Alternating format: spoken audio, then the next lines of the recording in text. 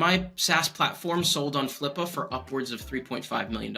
The selling process on Flippa was a dream, from creating the listing to the diligence, negotiating offers, post-sale transition, everything in between. They pretty much handled the entire process for me, so I didn't have to spend my time focusing on M&A.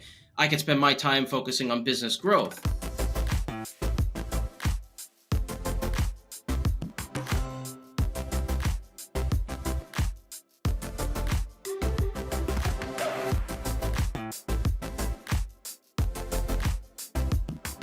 My name is Spencer Patterson. I'm a New York native, but now a proud South Carolina resident, and I'm a Bootstrapped SaaS founder turned M&A investor. So I actually worked as a licensed broker for a few financial institutions, and during the course of my many meetings with high net worth clients, I would ask as many of them as I could how they got to that point in their life. And to my surprise, 99% of them were not doctors and lawyers and other college graduates that I thought were going to be the rich, wealthy people. They were actually business owners or real estate investors. And so I just knew in those conversations with them, I had to get to the other side of that table. I didn't want to be the advisor. I wanted to be the one being advised. So I had to think of ways to do that. So I got involved with some online trading groups because I was in the financial services, industry, and I liked the stock market and kind of the gambling aspect of it. So I actually met up with a trader, partnered with him. We had an idea to offer educational entertainment services and content for users.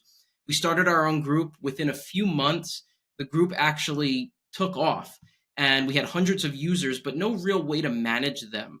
And so, I started looking for alternatives. They were either wildly expensive or they just weren't intuitive, didn't have enough features. So I decided to spend my own money, hence the bootstrapping, and build an MVP of a system that would solve this. Within days of using the system in our own group, other users from different platforms and different groups started asking, hey, can we use this system? And I'm like, sure, why not? Now I got to figure out how to charge for this thing.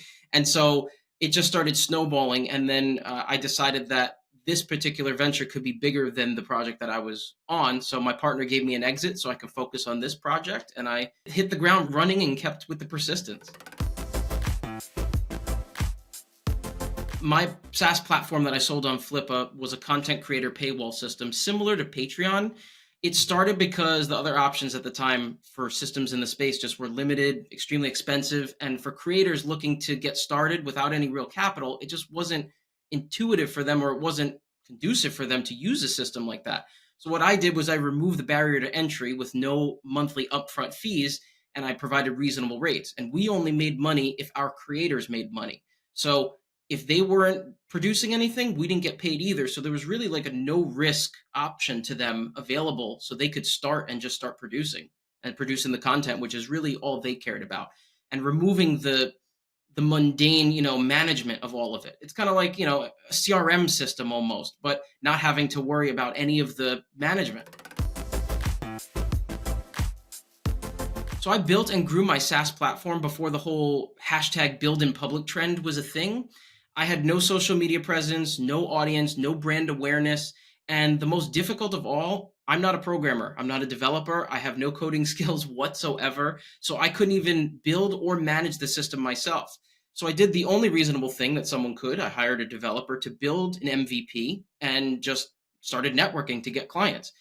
I offered the system for free for a while to everybody. I pretty much said yes to every reasonable request and treated them as lost leaders while spending money from my own savings account to fund development, and tried not to get rabbit holed on ridiculous requests.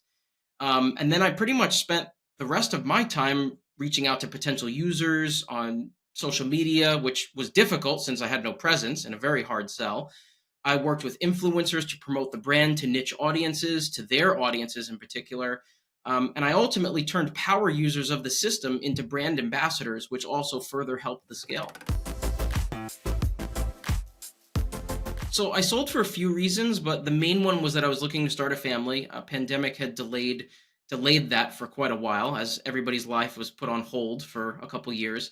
And I also enjoy the process of taking a business from 0 to 1, from idea to creation, and as opposed to the 1 to 10. I love the creativity of coming up with new business ideas and the making of new products and seeing if they're viable. So that scaling part after the 1 to 10 is just not something.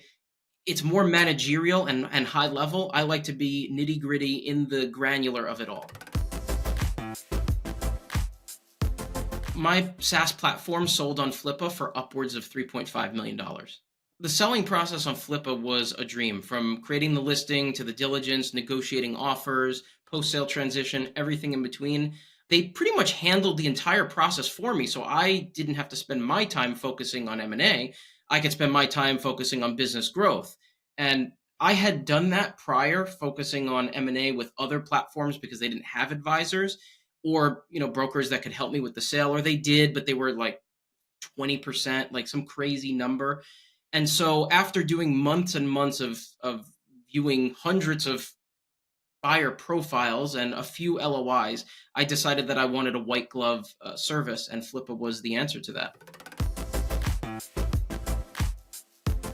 People should look to Flippa because they cater to a wide range of businesses. I mean, SaaS, e-com, content sites, apps. They have a global reach, friendly user interface, even though I didn't have to use it because my account executive, Fiona, who handled the vetting process, was awesome. She pretty much did all of it for me. And it was fantastic. She vetted them, she introduced them, she helped with the negotiations. But most importantly, the quality of the Flippa listings are top tier. So you won't find many zero revenue, freshly coded projects with no customers and unrealistic valuations. There's real businesses with real revenue there, as opposed to just, I made this last night and now it's for sale for $25,000. Real businesses. Flippa's changed my life because they connected me with the right buyers and facilitated the process that led to my biggest exit to date. And I say to date because I'm hoping to have another sale on Flippa in the future.